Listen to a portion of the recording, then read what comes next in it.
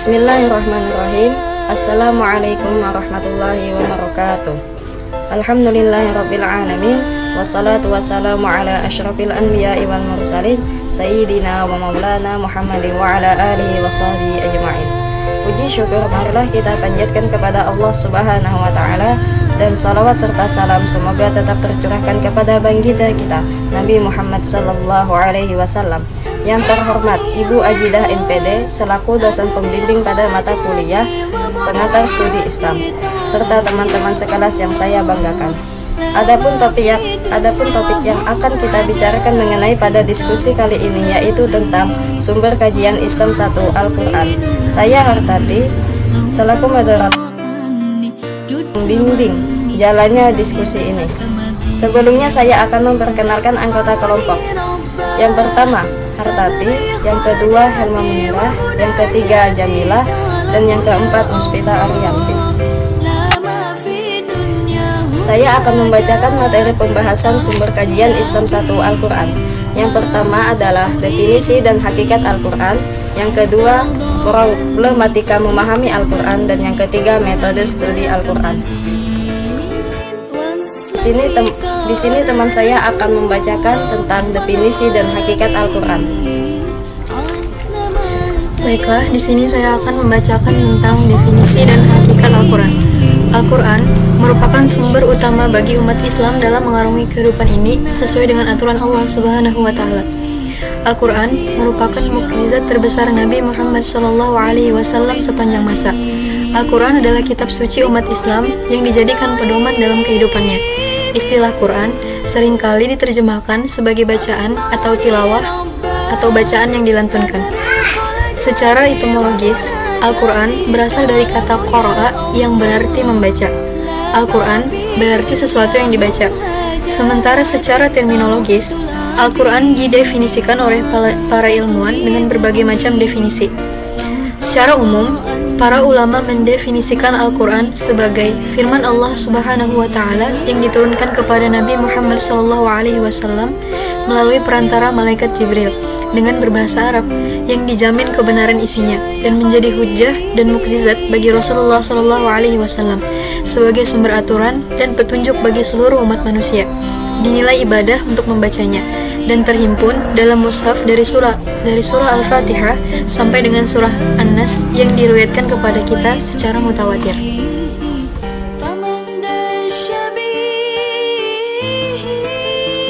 Al-Quran diturunkan secara berangsur-angsur selama hampir 23 tahun yang diawali dari malam 17 Ramadan di Gua Hira. Al-Quran diturunkan kepada Nabi Muhammad ayat demi ayat, surah demi surah, bila wahyu diturunkan Nabi Muhammad merasa kesakitan. Sebagaimana dikatakan, tidak pernah sekalipun aku menerima wahyu tanpa berpikir bahwa jiwaku telah dijauhkan dari diriku. Istilah Al-Quran yang mulia, Al-Quran Al-Karim, sering digunakan untuk menekankan sifat luar biasa teks itu.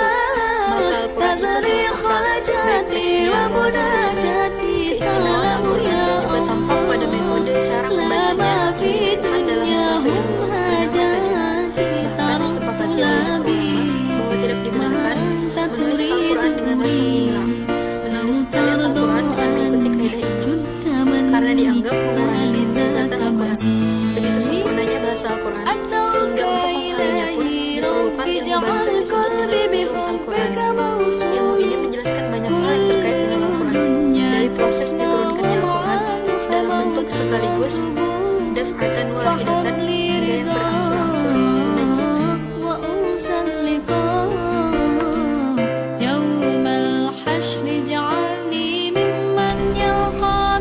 Selanjutnya, problematika memahami Al-Quran. Sebagai firman Allah Subhanahu wa taala, maka Al-Quran merupakan bahasa Tuhan yang kualitasnya lebih sempurna dari bahasa manusia. Untuk itu, tidak mudah memahami Al-Quran secara sempurna. Bahkan tidak ada seorang pun yang mampu memahami isi Al-Quran secara utuh dan sempurna, kecuali Nabi Muhammad SAW, sang penerima wahyu yang dapat berkomunikasi secara langsung dengan malaikat Jibril penyampai wahyu. Pada masa Nabi Muhammad SAW masih hidup, beliau sebagai perantara atau jembatan komunikasi antara manusia dengan Allah, sehingga Problem yang dihadapi umat Islam dalam memahami teks Al-Quran dapat diselesaikan dengan bertanya kepada Nabi Muhammad secara langsung.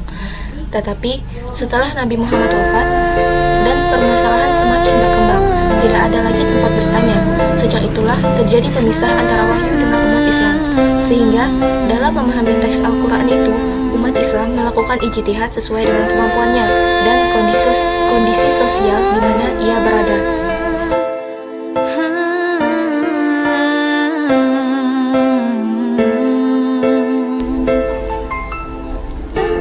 Seiring dengan perjalanan waktu, penafsiran terhadap ayat-ayat Al-Quran terus berkembang dan perbedaan paham di antara umat Islam dalam memahami ayat-ayat Al-Quran semakin tidak dapat dihindarkan.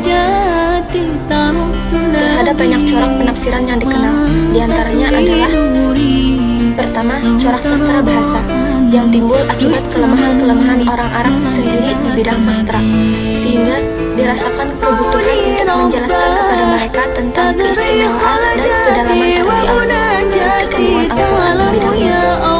Kedua, corak penafsiran ilmiah akibat kemajuan ilmu pengetahuan dan usaha tafsir untuk memahami ayat-ayat Al-Quran sejalan dengan perkembangan ilmu.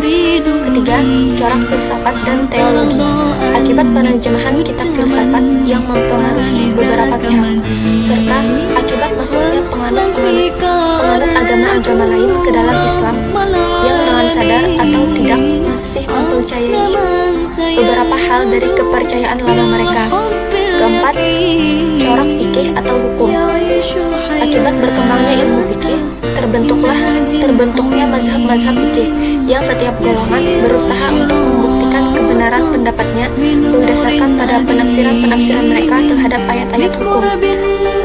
Kelima, corak tasawuf akibat timbulnya gerakan-gerakan sufi sebagai reaksi terhadap kecenderungan berbagai pihak terhadap materi atau sebagai kompensasi terhadap kelemahan yang dirasakan. Terakhir, corak sastra budaya kemasyarakatan akibat peran Muhammad Abdi.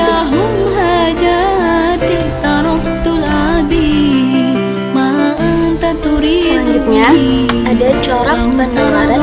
Ini dibagi menjadi 4, yaitu tahlili, ijmali, muqarrib, dan maudhu'i.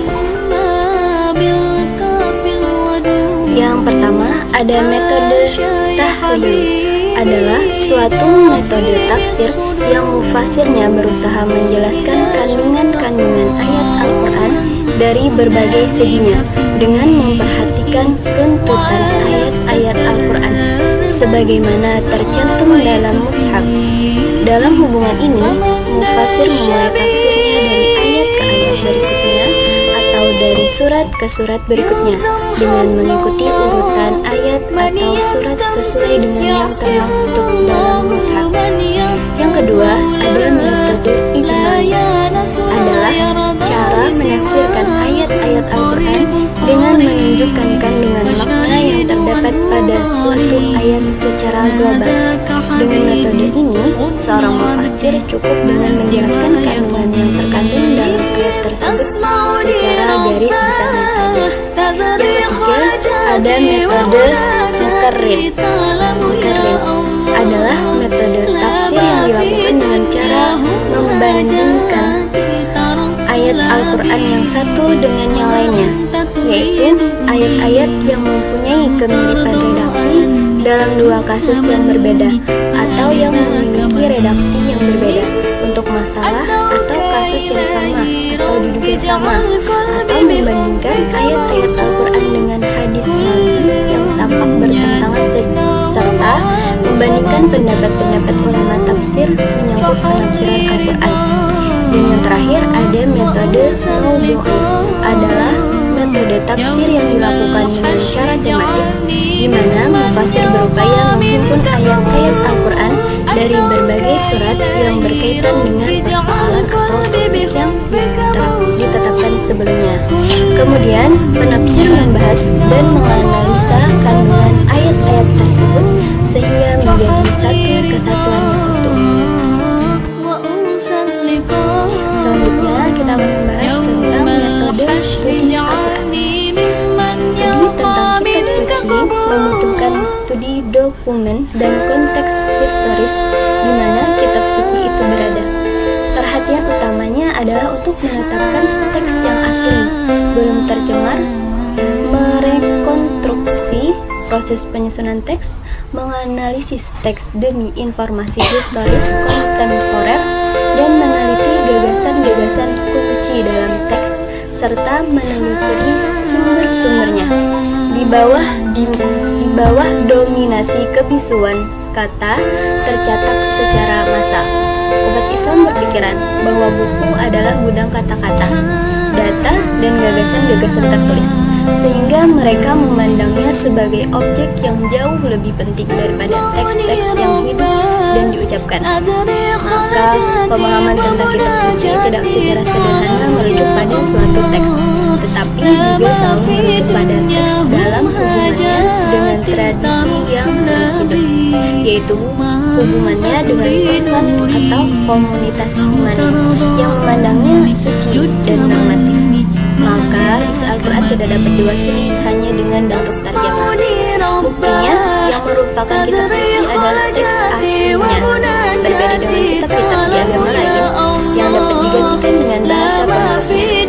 Dengan demikian, ketika memahami Al-Quran sebagai kitab suci yang telah dibukukan, harus memahami alasan dari pembukuan Al-Quran itu, di mana disebutkan dalam kajian sejarah bahwa alasan dibukukannya Al-Quran adalah untuk kemaslahatan umat dan masa depan umat.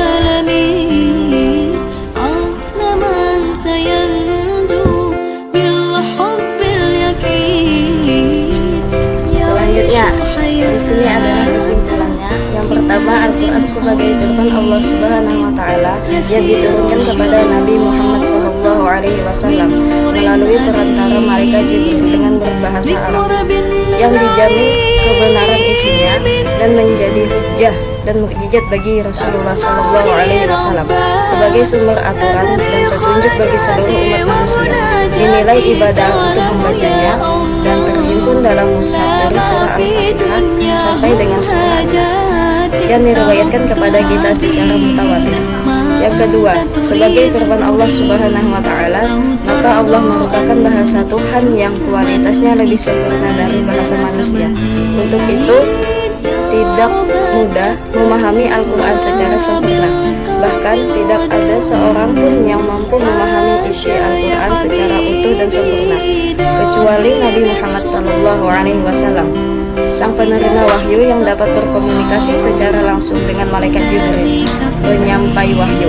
Yang ketiga, memahami Al-Quran tidak secara sederhana merujuk pada suatu teks, tetapi juga selalu merujuk pada teks dalam hubungannya dengan tradisi yang terus hidup, yaitu hubungannya dengan person atau komunitas imani yang memandang suci dan normatif. Terima kasih atas perhatiannya, kurang lebihnya mohon maaf. Demikian akhir presentasi dari kami. Semoga apa yang disampaikan barusan adalah awal yang kita mengerjakan di kehidupan. Terima kasih. Assalamualaikum warahmatullahi wabarakatuh.